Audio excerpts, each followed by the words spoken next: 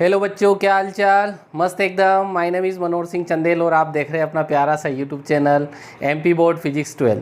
बच्चों, पिछले 3-4 दिन से मैं वीडियो नहीं बना पाया, उसके लिए थोड़ा सा मैं आपसे माफ़ी चाहूँगा। लेकिन मैंने आज जो है आपके लिए एक लेटेस्ट वीडियो तैयार करा है और आप इसका भरपूर आनंद लें। ओके, तो आज का जो हमारा टॉपिक रहेगा वो कैपेसिटर से रिलेटेड है, उसी को हम कंटिन्यू कर रहे हैं।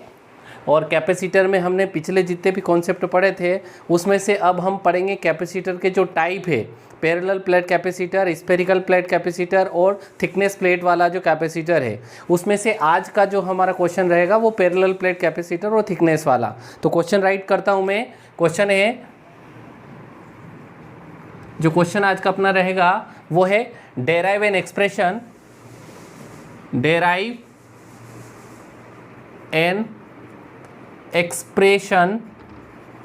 derive an expression for capacity of a parallel capacitor। Okay, यानी कि हमको एक समांतर प्लेट संधारित्र की धारिता के लिए व्यंजक याद करना है, पैरेलल प्लेट कैपेसिटर की कैपेसिटी को फाइंड आउट करना है। तो सबसे पहले अपन इसका डायग्राम ड्रा करते हैं। डायग्राम को आप ध्यान से देखें क्योंकि इसका जो मेन बेस है वो डायग्राम ही है। जैसा कि इसके नाम से ही क्लियर है कि हमको एक पैरेलल प्लेट लेनी है।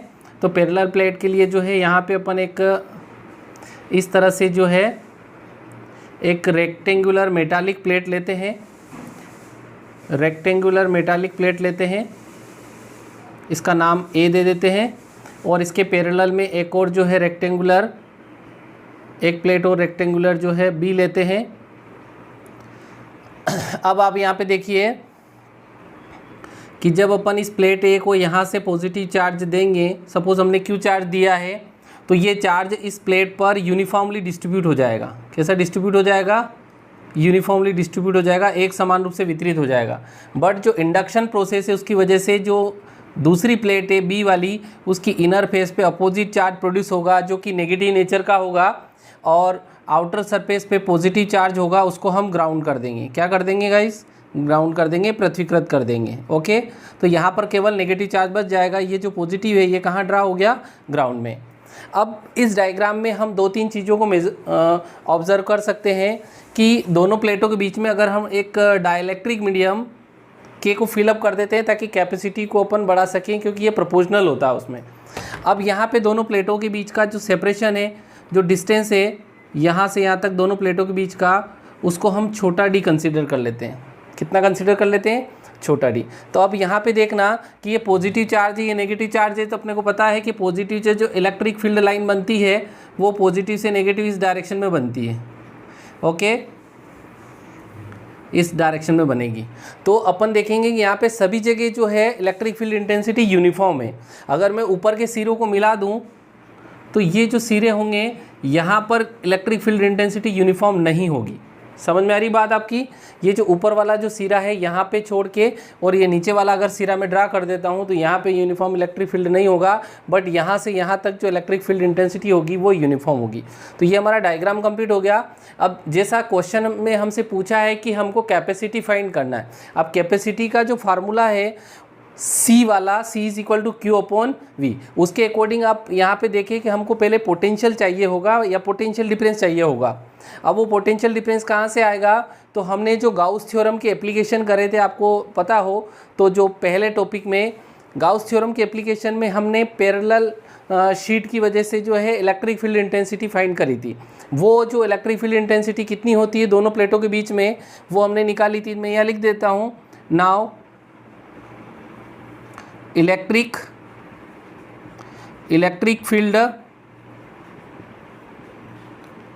Field intensity between plates.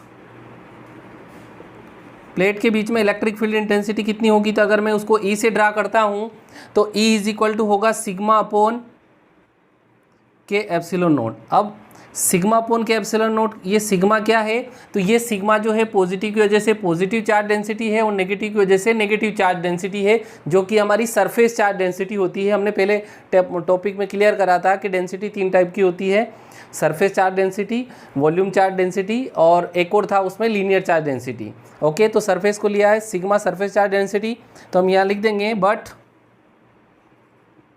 Sigma is equal to जो होता है वो क्यू अपॉन ए होता है। ये ए क्या है, तो ये जो प्लेट ए और प्लेट बी जो रेक्टेंगुलर मेटालिक प्लेट अपन ने ली है, ये दोनों एक दूसरे के पैरेलल है और इनका जो क्रॉस सेक्शन एरिया, ये हमको पहले ही कंसिडर करके चलना पड़ेगा थ्योरी में कि जो प्लेट्स हमने ली है वो यूनिफॉर्म प्लेट है, रेक्टेंगुलर है, पैरेलल है और उनका जो क्रॉस सेक्शन एरिया है वो सेम है और वो ए है।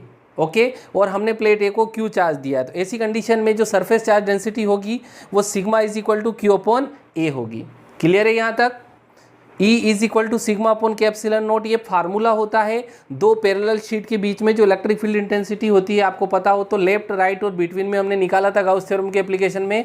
तो बिटवीन में जो इलेक्ट्रिक फील्ड इंटेंसिटी आई थी वो E बराबर sigma upon K epsilon note होती है। तो इसको हम यहाँ पे डायरेक्ट यूज़ करेंगे, जहाँ पे ये जो K क्या है, ये दोनों प्लेटों के बीच में डाइलेक्ट्रिक मीडियम में पराविद्युत नीतांक है। ओके, तो सिग्मा की वैल्यू को यहाँ पुट अप कर दे अपन, तो E इज इक्वल टू हमारे पास आ जाएगा Q अपॉन के ए एप्सिलॉन नोट। इसको इक्वेशन नंबर फर्स्ट दे देता हूँ। अब चूँकि हमको क्या निकालना है, कैपेसिटी निकालनी है, और कैपेसिटी निकालने के लिए हमको पोटेंशियल डिफरेंस चाहिए दोनों प्लेट के बीच का। तो अपन यहाँ पे लिख देते हैं नाउ पोटेंशियल डिफरेंस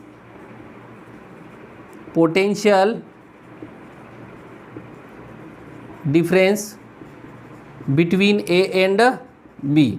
तो ए और बी के बीच में जो पोटेंशियल डिफरेंस होगा वो V बराबर जो होगा इंटेंसिटी इनटू डिस्टेंस। अब ये फॉर्मूला अगर आपको ध्यान में आ रहा हो तो हमने यहाँ पे ड्रा कर रहा हूँ मैं कि जो पहले टॉपिक है उसमें हमने इलेक्ट्रिक फील्ड इंटेंसिटी का जो फॉर्मूला लिखा था, V बराबर जो है यहाँ से E बराबर जो है V अपॉन L, ये इलेक्ट्रिक फील्ड इंटेंसिटी होती है पर यूनिट लेंथ पे जो पोटेंशियल होता है उसके लिए। तो ये L क्या है, तो कि ये L दोनों के बीच का डिस्टेंस। अब यहाँ से अगर पोटेंशियल डिफरेंस निकालेंगे तो ये L E के मल्टीपल में चला जाएगा, तो जो पोटेंशियल डिफरेंस आएगा वो आएगा इंटेंसिटी इनटू डिस्टेंस। तो इंटेंसिटी तो हमारे पास E है, विद्युत क्षेत्र की तीव्रता E है, और जो दोनों प्लेटों के बीच की जो डिस्टेंस है उसको हमने D कंसिडर करा है। तो हमारे पास जो पोटेंशियल डिफरेंस हो जाएगा दोनों प्लेटों के बीच का वो हो जाएगा E इंटू D। ओके, अब मैं यहाँ पे राइट कर देता हूँ by equation number first put in equation number second. E की वैल्यू को हम यहाँ पे सेकंड में पुटअप कर देंगे तो हमारे पास V बराबर जो आएगा वो आएगा, E की वैल्यू कितनी है हमारे पास, सिग्मा अपॉन के ए एप्सिलॉन नॉट और D ऐसा कैसा ही। ये हमारे पास इक्वेशन नंबर थर्ड हो गया। अब हमको क्या करना है, या थस करके लिख देता हूँ मैं, कैपेसिटी कितनी होगी, capacity C is equal to Q upon V।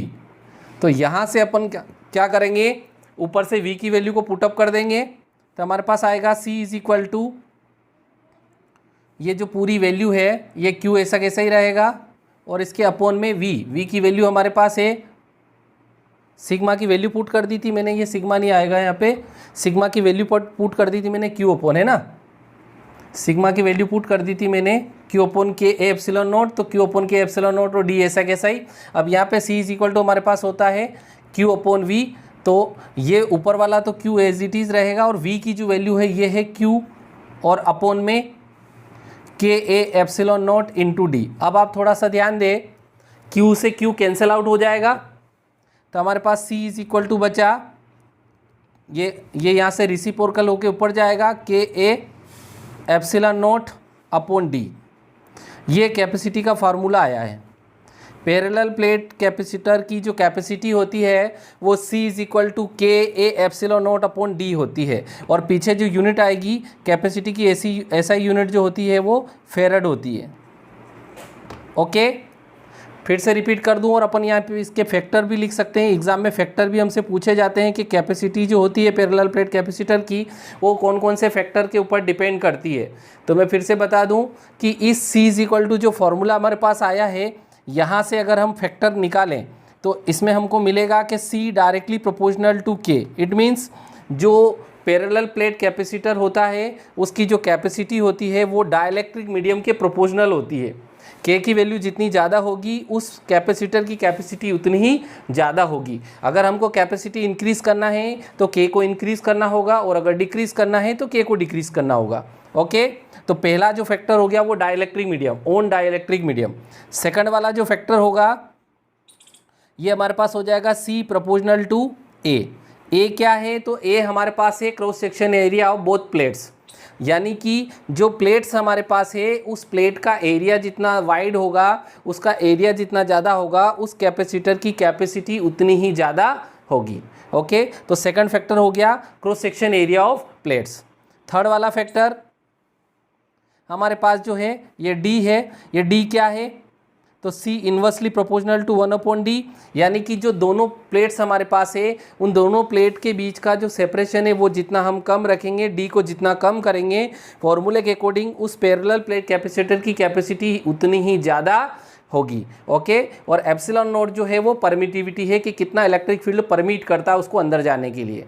Okay, तो इस तरह से ये पूरा पैरेलल प्लेट कैपेसिटर का जो डेरिवेशन हमारा 5 नंबर में पूछा जाता है वो कंप्लीट हुआ। अब इसमें क्वेश्चन एक और पूछा जाता है, इसी क्वेश्चन को हम देख के कर सकते हैं कि अगर हमारे पास पैरेलल प्लेट कैपेसिटर की जगह वो क्या करे कि इन दोनों प्लेटों के बीच में एक T थिकनेस की प्लेट और बीच में इंट्रोड्यूस कर दे, तो हमारे पास फिर वहाँ पे जो डेरिवेशन है वो थोड़ा सा चेंज हो जाता है, इसका डबल हो जाता है। तो थोड़ा सा इसको राइट कर ले, मैं इसको रब करके इसी में आपको कंटिन्यू समझा रहा हूँ कि कैसे उसको करेंगे।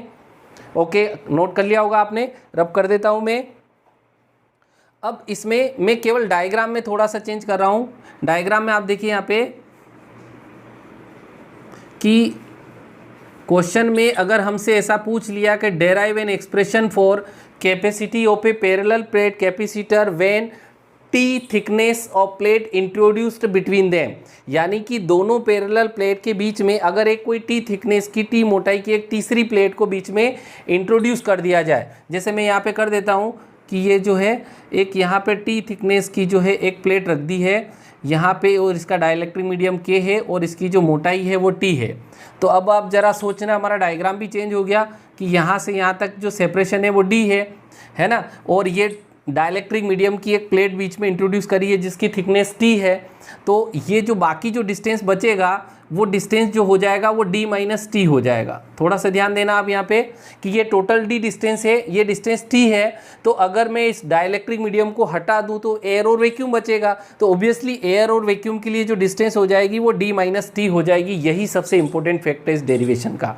आपको दो मीडियम लेके चलना है, एक डाइलेक्ट्रिक मीडियम K लेना है और एक एयर और वैक्यूम के लिए सोल्व करना है। तो जब डाइलेक्ट्रिक मीडियम के लिए सोल्व करेंगे तो जब हम पोटेंशियल डिफरेंस वाला फॉर्मूला लगाएंगे, ये V बराबर E इंटू डी वाला, तो यहाँ पर जो डिस्टेंस होगा वो T होगा, और जब एयर और वैक्यूम के लिए हम इसको सोल्व आउट करेंगे तो जो डिस्टेंस होगा दोनों प्लेटों के बीच का वो D माइनस T होगा। ओके, तो इसी डेरिवेशन में यहाँ पे देखें कि electric field between the plates क्या होगा। तो अगर मैं यहाँ पे थोड़ा सा और इसमें आगे बढ़ा देता हूँ कि फॉर एयर और वैक्यूम कर देता हूँ, फॉर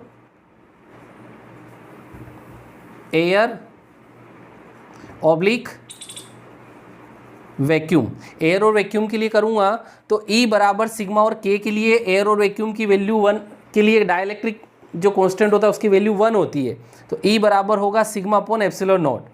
ओके, और सिग्मा बराबर Q अपॉन A होता है तो ये सेम रहेगा, केवल ये K रिप्लेस हो जाएगा यहाँ से। तो हमारे पास जो है, चाहो तो इसको E1 दे देता हूँ, E1 बराबर Q upon A epsilon not, ये एयर और वैक्यूम के लिए आ गया।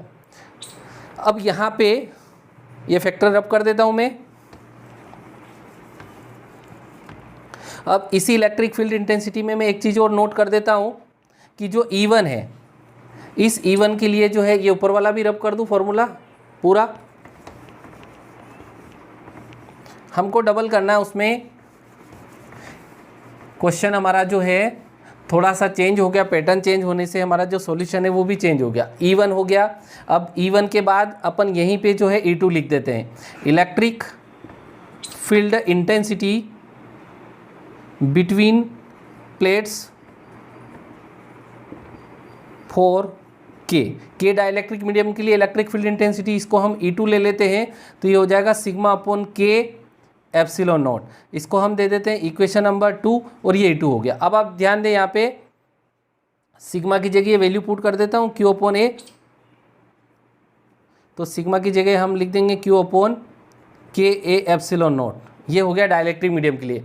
अब हम पूरे इस कैपेसिटर के लिए इलेक्ट्रिक फील्ड इंटेंसिटी निकालना चाह रहे हैं तो उसके लिए पहले हमको पोटेंशियल डिफरेंस चाहिए। तो वापस यही लाइन आ जाएगी, potential difference between plates A and B, तो V बराबर E इंटू डी है। तो इसको मैं यहाँ पे क्या करूँगा, मेरे को डबल लिखना पड़ेगा, तो ये हो जाएगा E1 D1 plus E2 into D2। Okay, अब यहाँ ऊपर राइट कर देता हूँ, ये V एज इट इज़। और E1 की वैल्यू कितनी है, तो E1 की वैल्यू है Q upon A epsilon not, Q upon A epsilon not, और मल्टीपल में है डिस्टेंस। तो जो एयर और वैक्यूम है उसके लिए डिस्टेंस है हमारे पास d माइनस टी, तो मैं यहाँ लिख दूंगा d minus T. Okay, plus E2। तो E2 के लिए हमारे पास जो वैल्यू है वो है Q अपॉन के ए एप्सिलॉन नॉट, और डिस्टेंस जो है इसमें t है, यानी कि जो डाइलेक्ट्रिक मीडियम था उसके लिए थिकनेस कितनी है, t है। अब इसको सोल्व आउट कर लें तो हमारे पास v इज इक्वल टू आ जाएगा, देखो Q upon A epsilon note common है पूरे में, तो यहाँ पे बचा हमारे पास d माइनस टी प्लस यहाँ पे बचा t अपॉन के। ओके, ये आ गया पोटेंशियल डिफरेंस। सो वापस टच करके हम कैपेसिटी लिख देते हैं, C is equal to Q upon V. तो C इज इक्वल टू ये ऊपर वाला जो Q ये एज इट इज़ रहेगा, और V की वैल्यू हमारे पास होगी Q upon A epsilon note into d minus T plus t upon के, बड़ा ब्रैकेट बंद। अब आप यहाँ पे ध्यान दें, Q से Q कैंसिल आउट हो जाएगा, तो हमारे पास जो C की वैल्यू आएगी वो आएगी A epsilon not upon d minus T plus t upon के। इस तरह से जो है T थिकनेस वाली प्लेट के लिए भी हमने कैपेसिटी को फाइंड आउट कर लिया। यूनिट वापस वही हो जाएगी फेरड। ओके, फिर से रिपीट कर दूं, हमने आज 2 डेरिवेशन करे हैं इस वीडियो लेक्चर में। सबसे पहले तो 2 पैरेलल प्लेट कैपेसिटर की वजह से कितनी कैपेसिटी होती है उसको हमने फाइंड आउट करा, उसके कैपेसिटी के फैक्टर कौन कौन से हैं जिसके ऊपर कैपेसिटी डिपेंड करती है। और उसके बाद उसी क्वेश्चन में थोड़ा सा और चेंज कर दिया कि अगर टी थिकनेस की कोई तीसरी प्लेट दोनों प्लेट के बीच में इंट्रोड्यूस हो जाए तो वहाँ पर कैपेसिटी कितनी होगी, उसको हमने सोल्व आउट करा। सेम मेथड थी दोनों की। ओके, तो इस तरह से आज का जो हमारा वीडियो लेक्चर ये कंप्लीट हुआ। Okay, thank you for watching.